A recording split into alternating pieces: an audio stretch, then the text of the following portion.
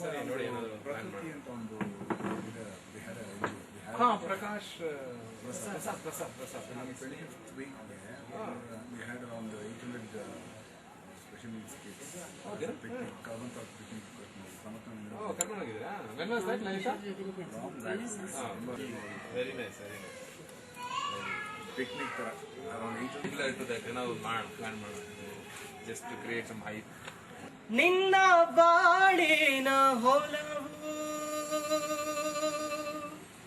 ನಿನ್ನ ಬಾಳಿನ ಹೊಲವು ಪಾಳು ಬಿದ್ದಿಹುದಲ್ಲೋ ಕೃಷಿಗೈಯಲು ಕೂಡ ತಿಳಿಯದಿರುವೆ ಕೃಷಿಗೈಯಲು ಕೂಡ ತಿಳಿಯದಿರುವೆ ಎಂಥ ಹೊನ್ನನು ಬೆಳೆದು ತೆಗೆಯಬಹುದಾಗಿತ್ತೋ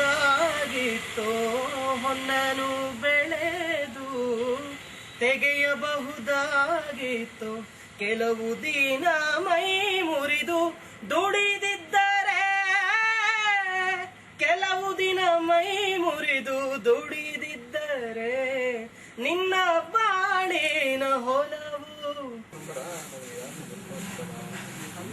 ಚಿಕ್ಕ ಬ್ಲಾಕ್ ಬರುತ್ತದೆ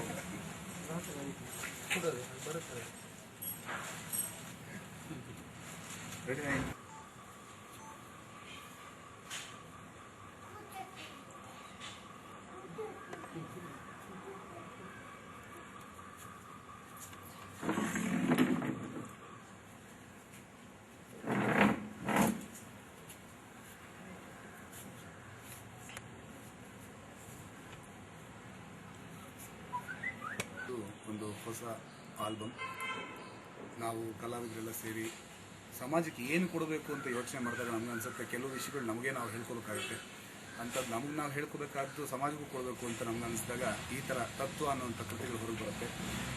ದಾಸರ ಪದಗಳು ನಮ್ಮಲ್ಲಿ ಕನ್ನಡ ನಾಡಿನಲ್ಲಿ ಅಥವಾ ಇಡೀ ಜಗತ್ತಿನಲ್ಲೇ ಈ ದಾಸರ ಪದಗಳು ಅನ್ನೋ ರೀತಿ ಯಾವ ಗೀತೆಗಳು ಬೇರೆ ಭಾಷೆಯಲ್ಲಿಲ್ಲ. ಸೊ ಕನ್ನಡದ ಒಂದು ಹೆಗ್ಗಳಿಕೆ ಅದು. ದಾಸರ ಪದಗಳಲ್ಲಿ ತತ್ವ ಪದಗಳು ಅಂದರೆ ತತ್ವಕ್ಕೆ ಯಾವ ಕಾಲದಲ್ಲಾದರೂ ಸರಿ ಹೊಂದುವಂತಹ ಸಾಹಿತ್ಯ ಇರುವಂತಹ ದಾಸರ ಪದಗಳನ್ನ ಆರಿಸಿಕೊಂಡು ಹಾಗೆ ಬರೀ ದಾಸರ ಪದಗಳು ಮಾತ್ರ ಅಲ್ಲ ಹಲವಾರು ಬೇರೆ ಭಾಷೆಗಳ ತತ್ವಪದಗಳನ್ನು ನಾವು ನಮ್ಮ ರಾಷ್ಟ್ರಕವಿ GS ಶಿವರುದ್ರಪ್ಪನವರು ಬಂಗಾಳಿ ಸಂತರ ಕವನಗಳನ್ನ ಕನ್ನಡದಲ್ಲಿ ಅನುವಾದ ಮಾಡಿದ್ದಾರೆ. ಅದನ್ನು ಕೆಲವು ಆರಿಸ್ಕೊಂಡು ನಾವು ಒಂದು ಒಳ್ಳೆಯ ಸಮಾಜಕ್ಕೆ ಒಂದು ಕೊಡುಗೆ ಕೊಡೋಣ ಅಂತ ಯೋಚನೆ ಮಾಡಿದಾಗ ಈ ತತ್ವ ಹುಟ್ಕೋತು. ನಾವು ತತ್ವ ಪೂರ್ತಿ ಪ್ರಮಾಣದಲ್ಲಿ ಮೊದಲೇ ನಾವು ಆಲೋಚನೆ ಮಾಡಿದ್ದೀವಿ ಅಂತ ಹೇಳೋಕ್ಕಾಗಲ್ಲ. ಆದರೆ ಒಂದೊಂದೇ ಗೀತೆ ಮಾಡ್ತಾ ಹೋಗ್ತಾ ಹೋಗ್ತಾ ನಮಗನ್ನಿಸ್ತು ಈ ತತ್ವ ಅನ್ನೋದು ನಿಜವಾಗ್ಲೂ ಈ ಸಮಂಜಸವಾಗಿದೆ ಆ ಹೆಸರು. ಪ್ರತಿಯೊಂದು ಗೀತೆನಲ್ಲೂ ಅದರಲ್ಲಿರುವಂಥ ತತ್ವ ಒಂದೊಂದು ಗೀತೆ ಒಬ್ಬೊಬ್ಬ ಮನುಷ್ಯನ್ನೇ ಬದಲಾಯಿಸುವಂತಹ ಸಾಮರ್ಥ್ಯ ಇರುವಂತಹ ಗೀತೆಗಳು. ಸೊ ಇದನ್ನ ಮಾಡಿದ್ವಿ. ಹಾಗೆ ಯಾವ ರೀತಿ ಸಂಗೀತ ಅಳವಡಿಸ್ಬೇಕು ಇದರಲ್ಲಿ ಈ ಸಾಹಿತ್ಯಕ್ಕೆ ಅಂತ ಯೋಚನೆ ಮಾಡಿದಾಗ ನಮ್ಮಲ್ಲಿ ಇವತ್ತಿನ ಯುವ ಪೀಳಿಗೆನವರು ಕ್ಲಾಸಿಕಲ್ ಶಾಸ್ತ್ರೀಯ ಅಂತ ಹೇಳಿದ ತಕ್ಷಣ ಮೂಗು ಮುರಿಯುವಂಥ ಒಂದು ಸಾಧ್ಯತೆ ಇರುತ್ತೆ. ಸೊ ಅಂಥವ್ರಿಗೂ ಆಗಬೇಕು, ಶಾಸ್ತ್ರೀಯ ಸಂಗೀತಗಾರರಿಗೂ ಆಗಬೇಕು. ಆ ರೀತಿ ಮಧ್ಯ ನಾವು ಯಾವ್ದಾದ್ರು ಒಂದು ದಾರಿ ಹುಡ್ಕೋಣ ಅಂತ ಹೋದಾಗ ಈ ತತ್ವ ಅನ್ನೋ ರೀತಿ ಒಂದು ರೀತಿಯ ಸಂಯೋಜನೆ ಇದೆ ಇದರಲ್ಲಿ ಅರೇಬಿಕ್ ಸ್ಟೈಲ್ ಇದೆ, ಇದರಲ್ಲಿ ಬಾವುಲ್ ಸ್ಟೈಲ್ ಇದೆ, ಬೆಂಗಾಲಿ ಸ್ಟೈಲ್ ಇದೆ, ಇದರಲ್ಲಿ ಸ್ವಲ್ಪ ವೆಸ್ಟರ್ನ್ ಪಾಶ್ಚಿಮಾತ್ಯ ಸಂಗೀತದ ಅಳವಡಿಕೆ ಕೂಡ ಇದೆ. ಹಾಗೆ ಬೇರೆ ಬೇರೆ ಒಂದು 7 ಗೀತೆ ಇದೆ. 7 ಬೇರೆ ಬೇರೆ ರೀತಿಯಲ್ಲಿ ಇರುವಂತಹ ಗೀತೆ ಮಾಡಿ ಸಮಾಜಕ್ಕೆ ಕೊಟ್ಟರೆ ಒಂದೊಂದು ಗೀತೆ ಒಬ್ರೊಬ್ರು ಯಾರು ಆರಿಸ್ಕೊಂಡು ಇಷ್ಟಪಡ್ತಾರೆ ಅನ್ನೋ ಒಂದು ಉದ್ದೇಶ ನಮಗೆ. ನಮ್ಮ ಮನಸ್ಸಿನಲ್ಲಿ ಅದು ಬಹಳ ಸುಂದರವಾಗಿ ಬಂದಿದೆ. ನಮ್ಮ ಮುಂದಿನ ನಮಗೆ ಗೋಲ್ ಇದ್ದಿದ್ದು ಹೇಗೆ ಜನರನ್ನ ರೀಚ್ ಆಗೋದು.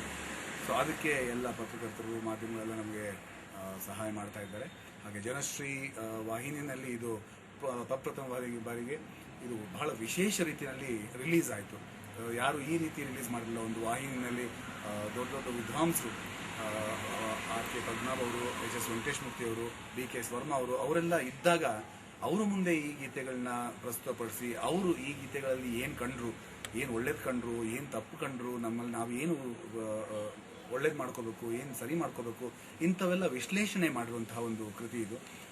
ಯಾವ CD ಕೂಡ ಜನರ ಮುಂಚೆ ಬರುವಾಗ ಒಂದು ವಿಶ್ಲೇಷಣೆ ಎಲ್ಲ ರೆಡಿಯಾಗಿ ಇದು ಸರಿ ಇದೆ, ನೀವು ತಗೊಳ್ಳೋದಕ್ಕೆ ಒಳ್ಳೇದು, ಇದು ಯಾವ ರೀತಿಯ ಒಂದು ಮೆಡಿಸಿನ್ನು ಬಹಳಷ್ಟು ವರ್ಷ ಟೆಸ್ಟ್ ಮಾಡಿ ಆಮೇಲೆ ಬೇರೆ ಬೇರೆ ಪ್ರಾಣಿಗಳ ಮೇಲೆ ಎಲ್ಲ ಟೆಸ್ಟ್ ಮಾಡಿ ಆಮೇಲೆ ಮನುಷ್ಯರಿಗೆ ಕೊಡ್ತಾರೋ ಆ ರೀತಿ ಇದೊಂದು ಸೀಸನ್ಡ್ ಪ್ರಾಜೆಕ್ಟ್ ಅಂತ ಹೇಳ್ಬೋದು.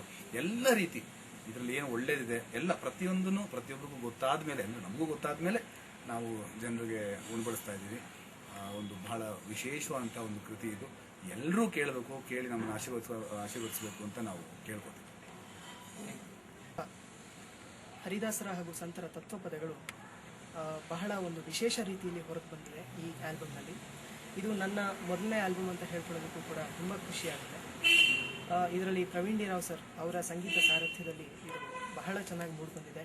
ಇದು ನನ್ನ ಒಬ್ಬನ ಅಭಿಪ್ರಾಯ ಅಲ್ಲ, ಬಹಳಷ್ಟು ದಿಗ್ಗಜರು ಸಂಗೀತದಲ್ಲಿ, ಸಾಹಿತ್ಯದಲ್ಲಿ ಲೆಜೆಂಡ್ರಿ ಮ್ಯೂಸಿಷಿಯನ್ಸು, ಆರ್ಟಿಸ್ಟ್ಗಳು, ಲಿರಿಸಿಸ್ಟ್ಗಳು ಕೂಡ ಈ ಮಾತನ್ನು ವ್ಯಕ್ತಪಡಿಸಿದ್ದಾರೆ.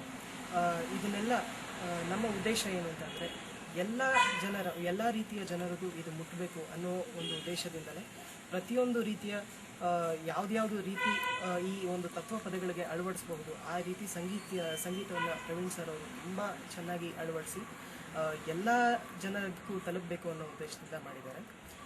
ಇಲ್ಲಿ ಒಟ್ಟು 7 ಹಾಡುಗಳಿದೆ, ಪ್ರತಿಯೊಂದು ವಿಭಿನ್ನವಾದ್ದು.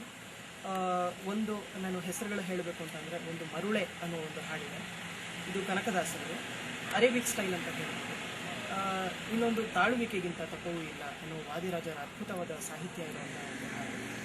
ರೊಕ್ಕ ಅನ್ನೋ ಒಂದು ಪುರಂದರದಾಸರ ಹಾಡು, ಬಹಳ ಒಂದು 14ನೇ ಶತಮಾನದಲ್ಲಿ 15ನೇ ಶತಮಾನದಲ್ಲಿ ಬರೆದಿದ್ರೂ ಕೂಡ ಎಲ್ಲ ಕಾಲಕ್ಕೂ ಅನ್ವಯ ಆಗುವಂಥ ಸಾಹಿತ್ಯ ಪ್ರತಿಯೊಂದು ಹಾಡುಗಳು.